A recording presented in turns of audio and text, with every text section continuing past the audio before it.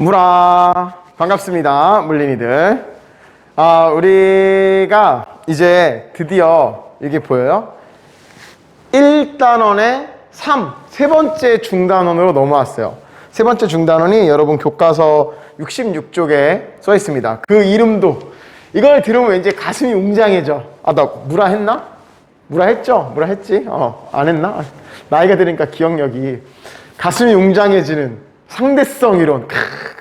이거는 물린이가 아니어도 다들 들어봤을 법한 상대성 이론이라는 거에 대해서 이제 배울 겁니다. 여기에 이제 딱 두 단원, 이 상대성 이론의 첫 번째가 우리 이번 시간에 배울 특수상대성 이론이고, 두 번째가 76쪽에 있는 특수상대성 이론의 내용 중에 일부인 질량 에너지 등가성이라는 내용을 배울 거예요. 근데 상대적으로 요 질량 에너지 등가성은 내용이 상대적으로 많진 않고 요 특수상대성 이론의 내용이 좀 많은 편입니다. 그래서 이거는 선생님이 앞으로 3시간에 걸쳐서 요 단원 하나를 진행할 생각입니다. 3시간 동안.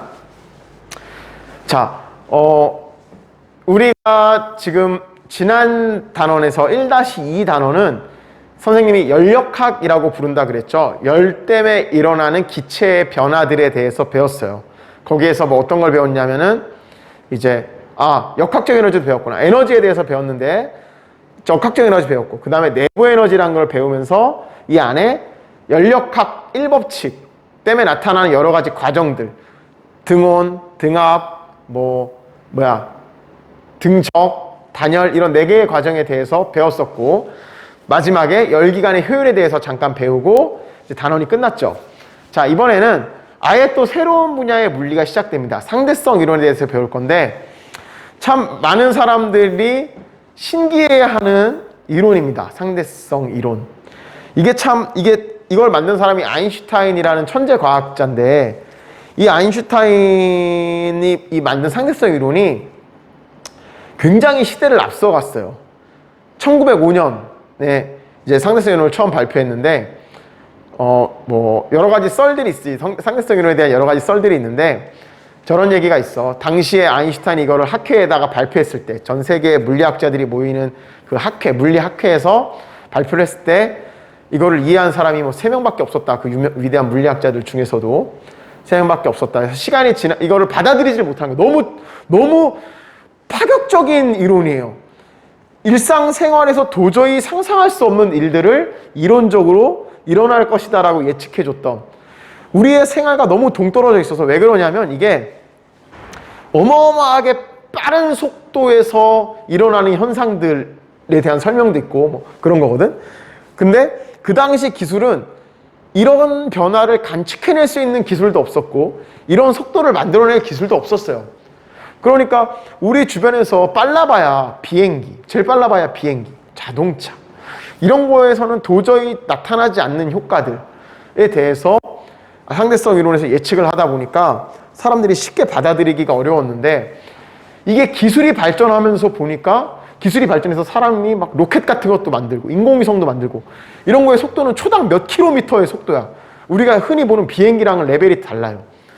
그런 초당 몇 킬로미터 이상의 속도가 됐을 때 상대성 이론에서 예측했던 현상들이 다 검증이 되고, 그 미세한 중력 이런 걸 측정할 때도 중력에 의한 공간의 힘 이런 얘기가 나오는데, 그런 것들도 이제 관측할 수 있게 되면서 100년도 전에 아인슈타인이 예측한 것들이 다 맞아떨어지고 있는 거예요. 그래서 현대 물리를, 이 고도로 과학이 발전한 현대 물리에서 반드시 필요한 이론이 됐어. 상대성 이론이. 우리 인간의 과학 기술이, 딴 얘기 좀 많이 해도 돼요? 상대성 이론, 왜 이런 얘기를 하냐면, 여러분들이 약간 상대성 이론이 재밌겠는데 라는 생각을 들게 해줘야 돼서. 사실은 이 상대성 이론이 굉장히 어렵습니다. 어려워가지고 수식도 원래 되게 많아. 복잡한 수식도 많고. 그런데 여러분 고등학교 과정에는 상대성 이론을 가지고 뭔가를 계산해라 이런 건 요구하지 않아요. 옛날에 선생님이 학교 다닐 때 계산했거든. 짜증나. 왜 우리 때는 하고. 근데 이걸 너무 안 그래도 어려운 거를 더 어려워해서 포기해버리니까 그냥 고등학교 과정에는 상대성 이론이 이런 거다. 이런 의미를 포함하고 있다. 이 정도만 설명을 해줍니다. 그래도 이해가 잘 안 돼요. 왜냐하면 우리의 생활과 많이 동떨어진 얘기들이 나오기 때문에 그래요. 근데 굉장히 흥미로워요. 선생님은 이 상대성 이론이 굉장히 매력적인 학문이라 생각하는 게, 그거를 받아들이기 시작하면은 정말 이 우주의 신비 이런 게 막, 와, 그래. 그 현대 물리의 두 개의 큰 기둥이라고 표현해 볼까? 물리에는 굉장히 많은 학문이 있습니다. 역학, 여러분이 했던 뉴턴이 시작했던 역학이 있고, 맥셀이란 과학자가 기틀을 잡은 전자기학도 있고, 지난번에 배웠던 연력학도 있고. 근데 그런 거 말고 이런 것도 물론 중요하지만 이런 걸 기반으로 해서 나온 가장 최근 물리 중에 하나인 상대성 이론과, 또 여러분이 많이 영화 같은 데서 주제로 많이 쓰거든, 양자역학. 이 두 개가 현대의 과학계를 이끌어가는 두 개의 거대한 이론이에요. 그런데 상대성 이론은 아인슈타인이 시작해서 아인슈타인이 끝냈어요. 이게 진짜 아인슈타인을 천재라고 칭송하는 이유야. 현대의 과학을 이끌어가는, 물리뿐만 아니라 현대과학, 그냥 과학의 전반적으로 이걸 이끌어가는 그 두 개의 기둥이 상대성 이론과 양자역학인데, 상대성 이론은 아인슈타인이 생각해서 아인슈타인이 끝맺어 놨어요. 그리고 이 양자역학은 수많은 물리학자들이 계속 발전시켰어요. 물론 큰 기여를 한 과학자들이 있어. 뭐 보어로부터 시작해서 뭐 누구 있지? 뭐 많아요. 파인만 뭐 이렇게 막 양자역학에 기여하신 과학자들이 여러 명 있는데, 이 두 개의 산맥 중에 하나인, 기둥 중에 하나인 상대성 이론은 아인슈타인이 이걸 혼자 한 거야. 얼마나 대단해. 진짜 대단한 것 같아. 들으면은 이게 이해가 안 되거든요. 이해가 되지 않는 상황들에 대해서 설명을 하고 있어요. 그래서 선생님 대학 다닐 때 이 상대성 이론을 가르쳤던 교수님이 그러셨어. 이걸 수업하기 전에, 자, 여러분 상대성 이론에 대해서 배울 텐데 여러분은 마음을 열고 받아들이세요. 상대성 이론이 지금까지 우리에게 인정받고 있는 이유는 다 맞기 때문이에요. 현대까지 과학으로 이 상대성 이론이 잘못됐다는 게 발견되지 않았기 때문에, 그럼 맞는 거잖아, 지금까지. 그 맞기 때문에 이거를 우리가 배우는 건데, 굉장히 받아들이기 어려운 내용들을 얘기하고 있어요. 뭐 시간이라는 게 누구한테는 빠르게 가고 누구한테는 느리게 가고, 우리가 알고 있는 길이라는 게 누구한테는 길어 보이는 게 아니고 길어지고, 누구한테 실제로 짧아지고, 이런 것들에 대한 설명이기 때문에 받아들이기가 굉장히 어렵고, 그래서 막 혼란스러워지거든. 그러니까 교수님이, 자, 이걸 시작할 때 여러분은 열린 마음으로 일단 받아들이면 그게, 그 이론이 틀린 적이 아직까지 발견되지 않았기 때문에 맞는 거예요. 그러니까 우리는 그냥 천재가 만들어낸 이론을 그냥, 천재의 말이 맞다라고 생각하고 그걸 받아들여야지, 저게 왜 그럴까 생각하면 우리가 그 아인슈타인만큼의 그 사고력을 가지지 못하면 이해가 안 되는 거야. 막 그런 얘기를 하셨거든, 우스갯소리로. 근데 선생님도 여러분한테 하고 싶은 얘기가 그거야. 열린 마음, 좀 마음을 열고, 우리가 일상적으로 체험하지 못한 것들에 대한 설명이기 때문에 굉장히 저 말이 돼? 이런 느낌인데 말이 되는 거예요. 결과적으로 다 말이 되고 있어요. 그러니까 열린 마음으로 받아들이기를 바랍니다. 그런 당부를 하면서 재밌는 상대성 이론의 세계로 들어가 봅시다. 쌤이 이 상대성 이론을 여러분한테 가르치기 위해서 진짜 많은 자료를 찾아본 것 같아요. 물론 교사 되고 처음에 의욕이 넘칠 때지만, 어떻게 이 상대성 이론을 학생들한테 그래도 이해할 수 있게 할까, 조금 더 그럴싸하게 받아들일 수 있게 할까 해서 막 여러 가지 막 유명한 강사들 강의도 보고 막 참고서도 막 찾아보고 하면서 쌤 나름대로 제일 쉬운 설명법이라고 생각되는 방법으로 여러분한테 설명을 해줄 테니까 강의를 잘 듣기를 바랍니다. 안타까운 건 온라인 수업을 여러분이 잘 안 듣잖아요. 안 듣는데, 이 상대성 이론이라는 게 여러분이 글로 읽으면 굉장히 이해가 안 돼요. 이게 뭔 소리지? 이런 느낌이야. 그래서 선생님이 최대한, 우리 선생님이 이걸 유튜브 채널에 올리는데 채널 이름이 친절한 원민쌤이잖아. 최대한 친절하게 여러분이 이해할 수 있게 설명을 할 테니까 결코 어렵지 않습니다. 상대성 이론을 제대로 이해하면 문제가 어렵게 나올 게 없어요. 여기선 계산하는 걸 요구하지 않기 때문에 여러분이 선생님이 설명하는 것만 정확히 이해하면 말을 아무리 비베베베 꼬아도 다 풀릴 수 있으니까 조금은 강의를 집중해서 들어주기를 바랍니다. 자, 우리 책에 일단 68쪽으로 가봅시다. 68쪽에 특수상대성, 선생님 왜 이름이 특수상대성 이론인가요? 특수상대성 이론은 말 그대로 특수한 상황에 적용되는 상대성 이론이에요. 아인슈타인이 이 이론의 이름을 시간과 공간은 상대적이다라는 내용을 품고 있어서 상대성 이론이라고 지은 것 같은데, 처음에는 특수한 상황, 이 특수한 상황이 어떤 상황인지 좀 이따 얘기해 주겠습니다. 특수한 상황에서만 적용되는 법칙을 처음에 발표를 했고, 사람들이 혼란스러워하면서 이게 맞아? 맞아? 이러고 있을 때 5년 동안 더 연구를 하고, 이건 실험도 못해 사실. 그냥 순수하게 생각으로 이루어진 이론이에요. 더 발전시켜서 이제 어디에나 적용되는 상대성 이론, 그래서 그거를 일반 상대성 이론이라고 불러요. 일반 상대성 이론을 5년 후에 또 발표를 합니다. 근데 일반 상대성 이론은 조금 더 어렵기 때문에 물리학 2에서 다룰 거고요. 조금 먼저 발표된 특수상대성 이론을 물리학 1에서 다룰 겁니다. 자, 특수상대성 이론을 만들기 위해서 가정한 게 두 가지가 있어요. 이 두 가지의 가정 중에 하나를 이해하기 위해서 우리는 하나의 실험에 대해서 먼저 짚고 넘어갈 겁니다. 그게 우리 책 68쪽에 있는 마이컬슨 몰리 실험이라는 실험이에요. 이 실험을 다루고 있는 교과서도 있고 다루고 있지 않은 교과서도 있어요. 우리 책에서 이걸 다루고 있기 때문에 선생님이 설명해 줄 건데, 이거는 상대성 이론의 전제가 되는, 결론부터 얘기하면 광속불변, 빛의 속도는 변하지 않는다라는 거를 생각하게 내게 된 하나의 계기가 된 실험이에요. 그래서 배경 지식 차원에서 설명을 해주는 겁니다. 그래서 다른 교과서에는 없는 경우도 있습니다. 근데 그렇게 어려운 실험이 아니기 때문에. 자, 빛이라는 거에 대해서 이제 흥미를 느꼈는데, 아인슈타인이 빛이라는 게 뭐냐는 거는 많은 실험을 통해서 밝혀져 있어. 이 전까지는 빛이 파동, 여러분 파동 알죠? 파동은 여러분 중학교 때도 이런 거 배웠어. 막 이렇게 해서 막 여러분 이런 거 배운 적 있죠? 뭐 마루, 골, 뭐 파장, 진폭 이런 말 배웠죠? 이렇게 에너지가 다른 곳으로 전달되는, 우리 주변에 이런 경우가 있죠. 야구공이 직접 날아가는 경우가 있어요. 얘가 운동 에너지를 가지고 이 물체가 직접 날아가는, 이렇게 에너지를 가지고 있는 이 덩어리, 이걸 우리가 입자라고 불러요. 우리 주변에는 입자들이 존재해요. 선생님도 입자의 집합이고 칠판도 입자들의 집합입니다. 저기 움직이는 자동차, 여러분 뭐 킥보드 다 입자들이 모인 거야. 그런데 우리 주변에 입자 말고 이런 현상이 있어요. 선생님이 소리 낸 게 여러분한테 들리는 현상, 이거는 내가 할 때 내 침이 튀어서 너네 귀에 들어가서 소리가 들리는 게 아니잖아. 이건 뭐냐면 선생님이 하고 공기의 진동을 만들어내면 이 공기의 진동이 이 공기라는 걸 타고 계속 전달돼서 여러분 귀에 있는 고막을 흔들어서 여러분이 소리를 듣는 거야. 예를 들어 물에다가 돌멩이를 딱 던졌어요. 그럼 돌멩이가 딱 출렁하면서 물이 위아래로 파도, 물결, 수면파라고 하죠. 물결이 이렇게 치면서, 실제로 여기 보면은 실제로 물이 이렇게 가는 게 아니야. 물은 그냥 위아래로만 움직이는데 이 돌멩이가 떨어지면서 전해준 그 충격 에너지를 물이 계속 출렁출렁하면서 저 옆에, 그래서 지진 같은 경우도 이런 거잖아. 여기서 지각에서 꽉 움직임이 일어나면 이 에너지가 땅을 타고 옆으로 계속 움직여서 바다하면 쓰나미가 일어나고 땅이면 건물이 무너지고 하잖아요. 이렇게 에너지가 전달되는 이런 걸 우리가 파동이라고 불러요.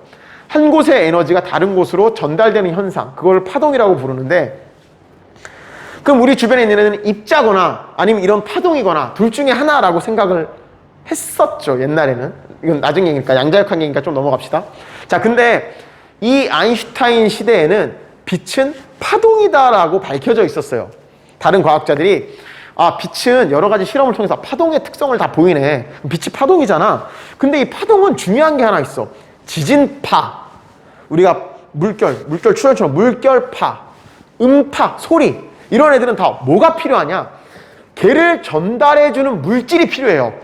파동을 전달해주는 물질, 그걸 우리가 매질이라고 불러요. 소리는 공기든 물속에서도 소리 나. 소리 나니까 돌고래들끼리 이런 소리 내는 거잖아. 물속에서도 소리 납니다. 물속에서 뭐 잠수함 뻥 터지면 소리 들리죠.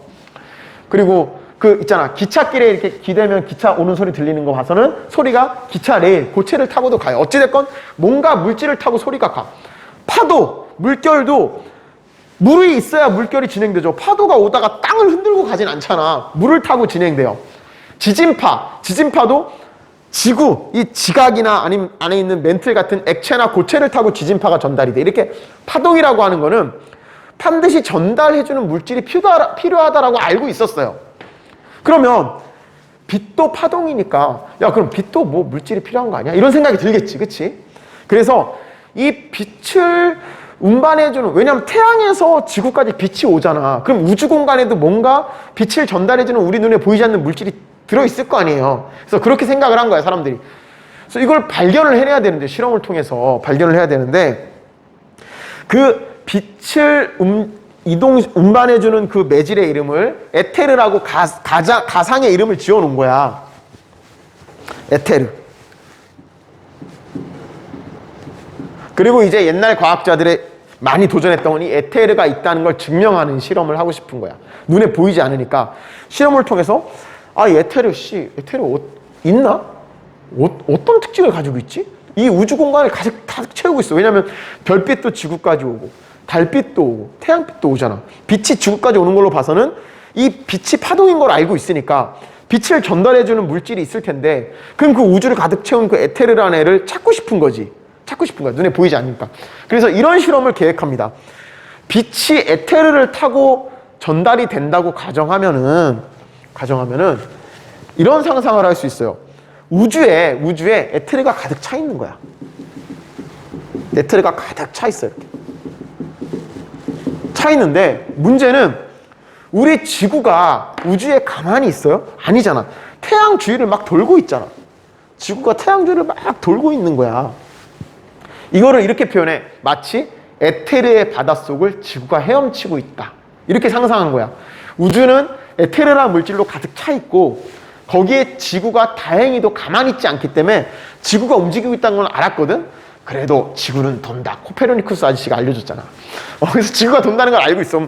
지구는 에테르로 가득 찬 공간을 돌고 있어. 그럼 여기에 태양으로부터 태양빛이 올 때 지구가 이렇게 움직이고 있으면 어떤 일이 벌어지냐면 마치 이런 거야. 이 빛이라는 게 에테르를 타고 오는데 이 에테르가 우리 입장에서 보면 에테르가 움직이고 있죠. 우리 입장에서 보면 에테르가 계속 뒤로 가는, 우리가 일로 가면 에테르는 우리 입장에서 뒤로 가는 거잖아. 그러면 이런 일이 벌어져야 해요. 자, 선생님이 여러분이 이해하기 쉽게 이런 설명을 해줄게. 빛을 배라고 생각하고 에테르를 물이라고 해봅시다. 물에서 배가 흘러가는 거야. 그런데 물이 가만히 있어. 물이 이렇게 있는데 여기가 물이에요. 물이 있고 배가 이렇게 떠서 돛담배야. 배가 일로 간다. 근데 배의 속도가 4m/s라고 해봅시다. 선생님 갑자기 속도를, 그러게 미안. 이거 여러분이 이해를 돕기 위해서. 자, 가는데 여기서 얘가 여기를 이렇게 갔다가 오는데 여기서 여기까지 길이가 예를 들어서 12m라고 해볼까요? 12m야. 그럼 얘가 여기 왕복해서 갔다 오는데 몇 초 걸릴까요? 몇 초 걸릴까? 갔다가 오는데 총 24m로 움직이잖아. 24m. 그러면 시간은 속력분의 거리니까 배의 속력 4야. 거리 24m야. 6초 걸리겠네요. 그쵸? 배가 여기 갔다 오는데 6초가 걸릴 겁니다. 그쵸? 그런데 문제가 생겼어. 물이 흐르는 물이야. 흐르는 물. 물이 이렇게 흘러요. 물이 이쪽으로 흐르는, 너무 옛날 노래인가? 흐르는 강물에 뭐 이런 노래 있는데, 강산의 노래 알아요? 자, 물이 이렇게 강물처럼 흐르는데 이쪽으로 물이 흘러가는 속도가 2m/s라고 해봅시다. 그러면 배가 이렇게 갈 때는 자기는 4로 가지만 밑에 물도 2로 추가로 가고 있어. 그럼 이 배의 속도는 원래보다 빨라질까 느려질까? 이런 거랑 똑같은 거야. 내가 가는데 뒤에서 바람 불어. 그럼 내 속도가 빨라지지. 마찬가지야. 배가 1로 4m/s로 가는데 물도 얘를 2m/s로 같이 밀고 있어요. 그러면은 이 배가 앞으로 가는 동안은 속도가 얼마의 효과가 나올까? 6m/s의 효과가 나오겠죠. 얘의 속도 4의 강물의 속도. 근데 문제는 배가 여기서 턴해서 돌아올 때는 어때야 돼? 너네 그거 해봤냐? 강에서 수영할 때 수영 잘해도 강에 강물이 오잖아? 그럼 아무리 수영해도 제자리 있거나 거꾸로 간다. 이렇게 수영하는데. 왜냐하면은 내가 4로 가는데 강물이 2로 밀려오니까 실제로 나의 속도는 얼마밖에 못 발휘해? 2밖에 안 되죠. 자, 그치? 자, 그럼 이런 상황을 생각해보자. 이 물이 움직인다면 배가 12m를 왕복하는데, 즉 24m를 왕복하는데 시간이 아까처럼 6초가 걸리겠냐는 거야. 안 걸려요. 왜냐하면 자, 갈 때는 12m 가는데 속도가 6이야. 그럼 갈 때 몇 초 걸려? 2초. 올 때는 12m 와야 되는데 속도가 2로 줄어내? 그럼 얼마? 6초. 총 몇 초 걸려요? 8초가 걸려. 8초가. 아까 강물이 가만히 있었다면 얘가 갔다 오는데 6초면 끝났잖아. 근데 강물이 흐르니까 갔다 오는데 속도가 늘고 줄고 해서 아까 6초랑 분명히 달라지죠. 이런 아이디어를 과학자가 낸 거야. 야, 만약에 이 물을 에테르라고 하고 이 배를 빛이라고 하면 빛이 에테르를 타고 다니는데 우리 지구가 하필이면 가만히 있지 않아. 하필이면 이거 다행히도. 그러면 우리 지구가 움직인다는 소리는 에테르의 물결이 우리 주변에 막 흘러가고 있다는 거잖아요. 그치? 그 흘러가는 게 지구의 위아래로 흘러가는지 앞뒤로 흘러가는지 모르지만 어쨌건 우리 주변에는 에테르가 지구가 움직이기 때문에 상대적으로 이 물결처럼 뒤로 쫙 흘러갈 거야. 그럼 이 물결 속에서 움직이고 있는 빛도 분명히 속도가 변하는 게 있을 거다. 그래서 그걸 어느 방향인지 모르니까 얘를 직각으로 90도 방향으로 이렇게 두 개에 걸쳐서 실험을 한 거야. 어떤 실험이냐면은 마이켈슨이랑 몰리라는 과학자 둘이서 같이 실험을 한 거다. 실험을 해서 자, 여기서 레이저를 딱 쐈어요. 쏘는데 중간에 우리 책에 있는 대로 이렇게 반투명 유리. 그래서 45도로 놨어. 반투명 유리 뭐냐면 빛의 절반은 통과시키고 절반은 반사시키는 거고, 그래서 절반은 딱 맞고 일로 튕기고 절반은 그대로 가요. 그래서 같은 거리에다가 거울을 놔둔 거야. 거울.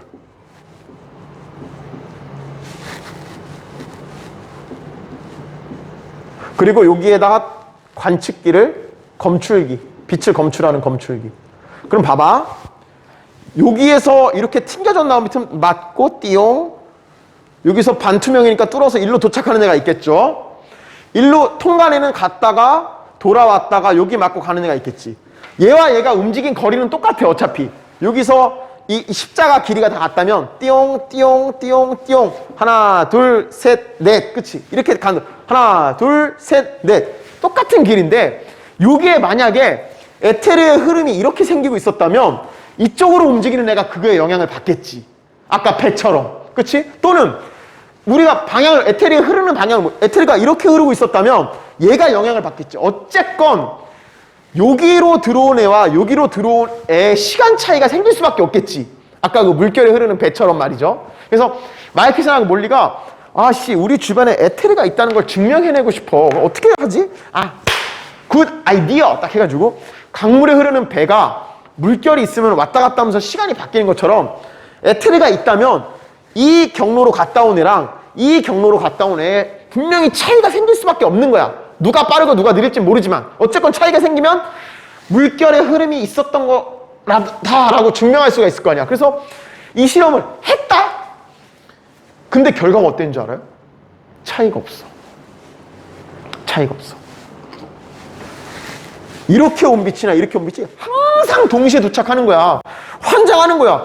이 우주 주변에 가득히 분명히 빛을 전달하는 물질인 에테르가 있어야 되고 그럼 지구가 움직이니까 이 에테르의 흐름이 이 지구 주변에 흘러가는 에테르의 흐름이 반드시 존재할 거고 그러면 얘와 얘가 둘 중에 하나는 분명히 시간이 틀어져야 되는데 안 틀어지는 거야. 그래서 이 사람들은 원래 에테르의 존재를 밝히고 싶었는데 실패한 실험이죠. 그런데 이 실험을 보고 아인슈타인은 뭐라고 생각했게? 없네. 에테르가 없네. 단순해. 이 고정관념이 파동은 반드시 개를 전달해주는 물질, 매질이 필요하다는 게 고정관념인 거예요. 과학자들 사이에. 지진파, 물결파, 음파. 그래서 여러분 그거 알아? 우주에서 막 영화 보면은 막 우주 배경으로 한 거에서 막 레이저 뿅뿅뿅 이렇게 우주에서 뿅뿅뿅 소리 절대 안 나. 우주에는 진공이기 때문에 소리를 전달해 줄 수 있는 물질이 없어서 우주에서 막 뿅뿅뿅 이런 소리 안 나요. 우주 영화 다 거짓말이야. 원래는 우주에서 전쟁 영화 딱 나면은 다 이래야 돼. 소리 하나도 안 나. 소리 하나도 안 나. 근데 이 아인슈타인은 이걸 보고 무슨 생각을 했냐. 그러면 야 빛은 매질이 필요 없네. 이렇게 결론을 낸 거야. 이게 발상의 전환이야. 남들은 다 이 실험 뭐가 잘못됐지 이 생각하고 있을 때 아인슈타인은 그래? 그럼 결국 없다는 거 아니야? 없다는 거 아니야? 또 하나는 이런 생각을 하죠. 없다는 거 플러스 아까 같이 배는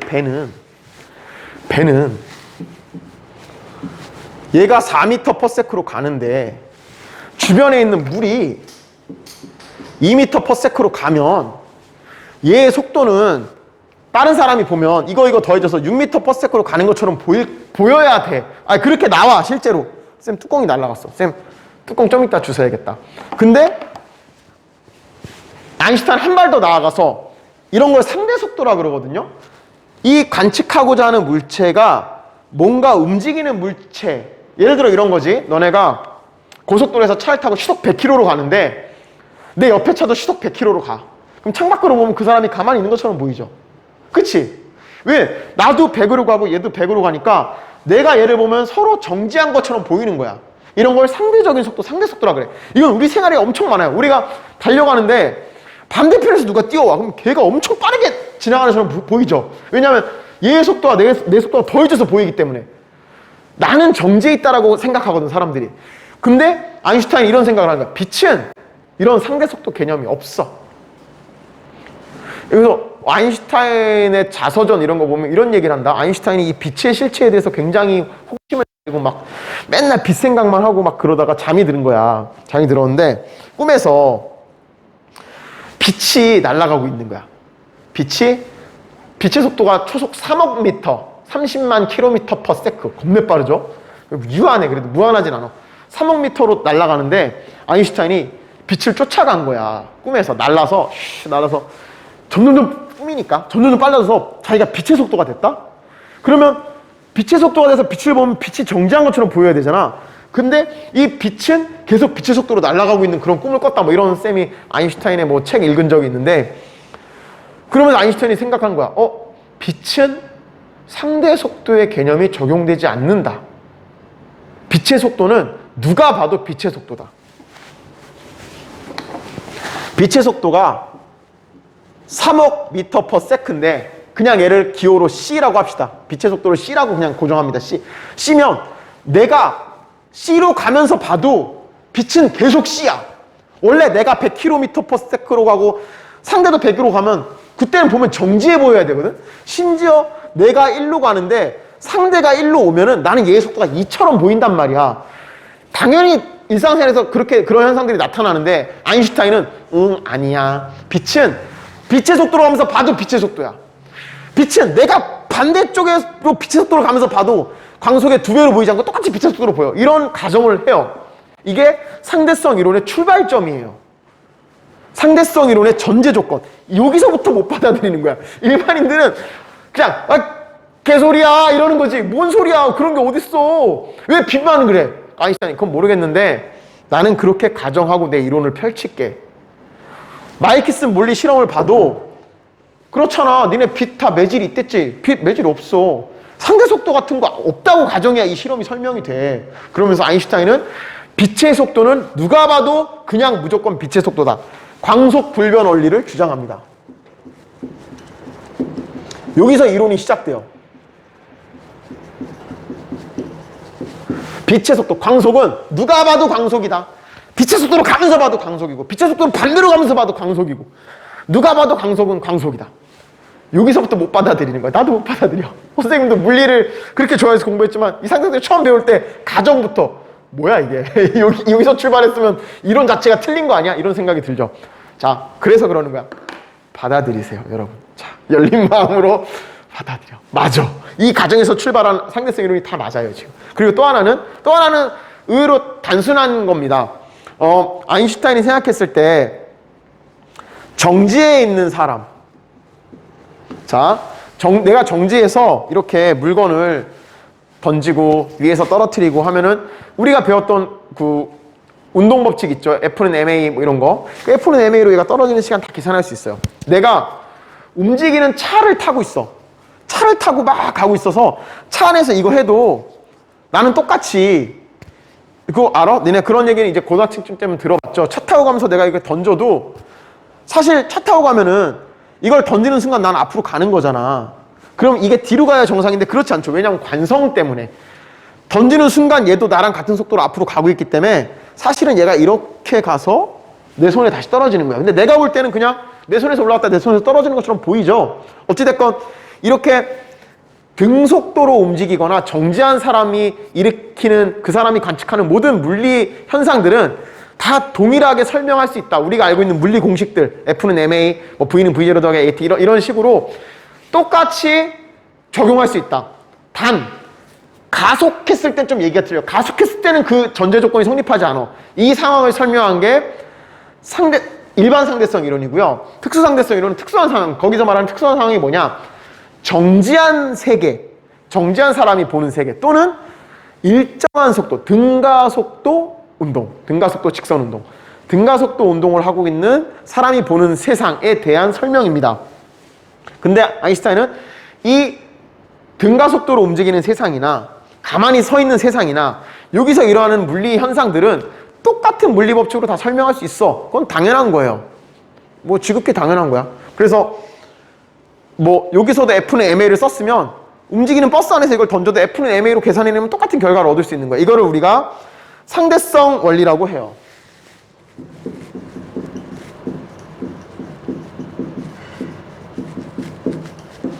자, 상대성 원리는 뭐냐면 정지한 사람이 속해 있는 세상이나 일정한 속도, 등가속도 직선 운동을 하는 세상이나 거기서 일어나는 모든 현상들은 똑같은 물리 법칙을 적용해서 그 현상을 설명해낼 수 있더라. 그거를 상대성 원리라고 하고, 두 번째는 빛의 속도는 어떻게 움직이는 사람이 봐도 빛의 속도다. 그걸 광속 불변의 원리라고 합니다. 이게 아인슈타인의 상대성 이론이 시작하게 되는 두 가지 가정이에요. 가정. 이 가정이 맞냐 틀리냐는 이걸 토대로 해서 나온 이론이 맞으면 이 가정이 맞는다는 거잖아. 근데 지금까지 아인슈타인이 만들어낸 이론이 다 맞고 있어요. 그러니까 이것도 맞다고 이제 받아들이는 거야. 위에 거는 좀 당연한 얘기인데 이 밑에 게 진짜 받아들이기 힘든 거였거든. 근데 지금은 사람들이 그냥 받아들이고 있어요. 그래, 아인슈타인 네 가정이 맞았다. 너 진짜 천재. 이게 천재라는 거야. 일반 사람이 생각하는 것부터는 여기서 이제 이론이 시작하거든. 여기서. 자, 그래서 이렇게 정지해 있거나 등속 직선 운동을 하는 세상, 그걸 우리가 이거 들어보지 않았냐? 정지, 등속 직선 운동, 관성의 법칙에 나온 거지.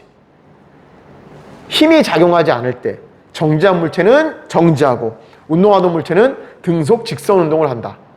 움직이고 등속 직선 운동을 하는 사람이 속해 있는 세상과 정지한 사람이 속해 있는 세상을 그래서 우리가 뭐라 부르냐? 관성의 법칙이 적용되는 세상, 관성계라고 부릅니다. 관성계. 관성계에서 일어나는 현상들에 대해서 설명한 게 이 특수상대성 이론이고, 관성계가 아닌 힘이 적용되는 세상, 가속계죠. 가속계까지 이걸 일반화시킨 상대성 이론이 일반 상대성 이론이에요. 그거는 물리학 2에서 배울 거고, 지금은 관성계에서 적용되는 특수상대성 이론의 시작인 두 가지 가설에 대해서 선생님이 설명했습니다. 어렵지 않습니다. 상대성 원리와 강속불변의 원리. 선생님 여기까지 설명하고 원래 이번 시간을 끝내려고 그랬는데 시간이 좀 남았어. 그래서 조금 더 얘기를 해봅시다. 자, 이 광속불변의 원리를 가지고 이런 상황을 만들어낼 수 있어요. 자, 특이한 상황을 하나 설명해 볼게요.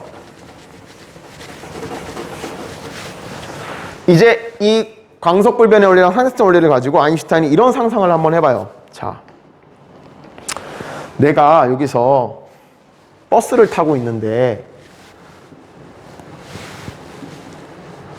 여기 사람이 서 있어요. 이렇게 서 있고 이 사람이 양쪽으로 공을 던질 거예요. 공을 던질 거야.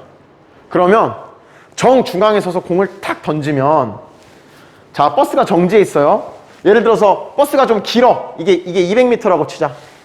자, 200m짜리 버스인데 내가 야구공을 10m/s로 양쪽으로 던져요. 던지면 절반이니까 100m 날아가면 되지.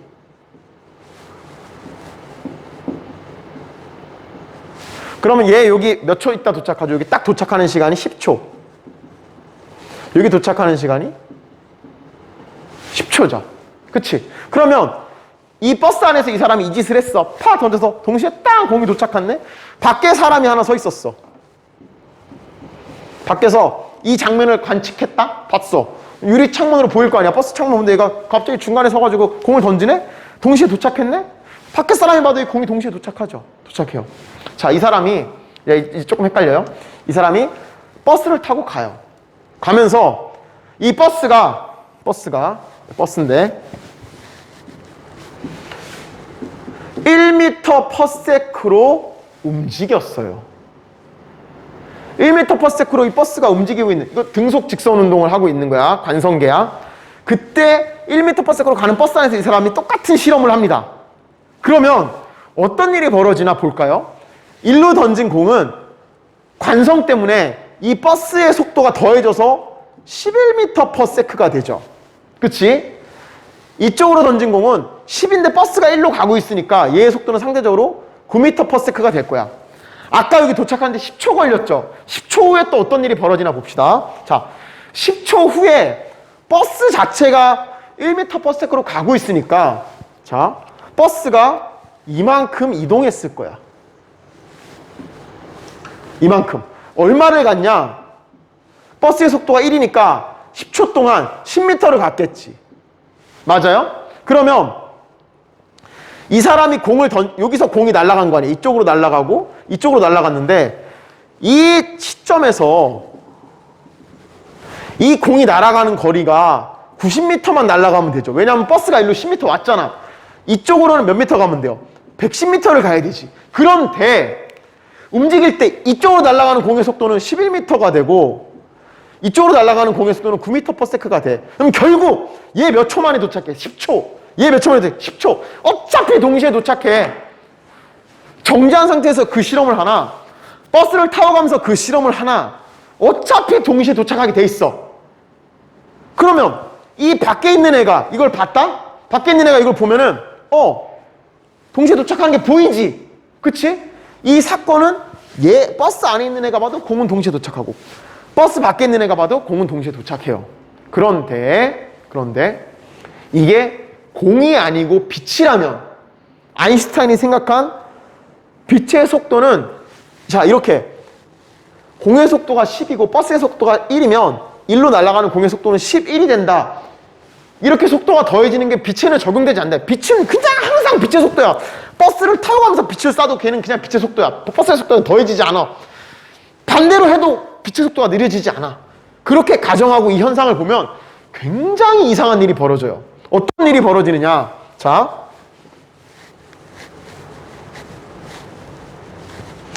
정지했을 때는 여기서 쏴. 그럼 같은 거리만큼 가니까 빛이 동시에 도착하겠죠. 밖에 사람이 봐도 동시에 도착해. 그런데 버스가 움직이면 얘기가 틀려요.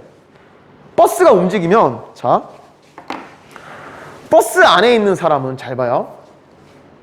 야, 이거는 남은 시간에 설명이 안 될 것 같다. 지금 38분 39분이네요. 자, 그러면 요 현상은 다음 강의에서 이어서 하겠습니다. 자, 오늘은 이것만 기억하세요. 아인슈타인이 상대성 이론을 설명하기 위해서 두 가지의 가정을 했습니다. 하나는 모든 물리법칙은 정지한 사람이나 등가속도 직선운동을 하는 사람에게 동일하게 적용할 수 있다. 그걸 상대성 원리라고 하고, 두 번째는 빛의 속도는 일반 공 이런 거랑 다르게 다른 거에 영향을 받지 않고 항상 똑같다. 광속불변의 원리를 가정합니다. 이 광속불변의 원리의 아이디어가 된 실험 중에 하나가 마이케슨 몰리의 그 에테르를 찾기 위한 실험이었는데, 그 실험은 실패했지만 아인슈타인은 그걸 보고 빛이 상대 속도가 없다면 저 실험이 설명이 되는데? 라는 아이디어를 얻은 거야. 그래서 마이케슨 몰리 실험이 우리 책에 실려 있었고, 오늘의 요점은 특수상대성 이론을 하기 위해 한 두 가지 가정, 그리고 특수상대성 이론에서 나오는 특이한 현상 중에 하나를 선생님이 설명하려고 그랬는데 그건 다음 시간에 이어서 설명하도록 하겠습니다. 오늘은 여기까지 할게요. 수고했습니다, 물린이들. 재밌어요. 듣다 보면 포기하지 말고 들으세요. 수고했습니다. 물봐.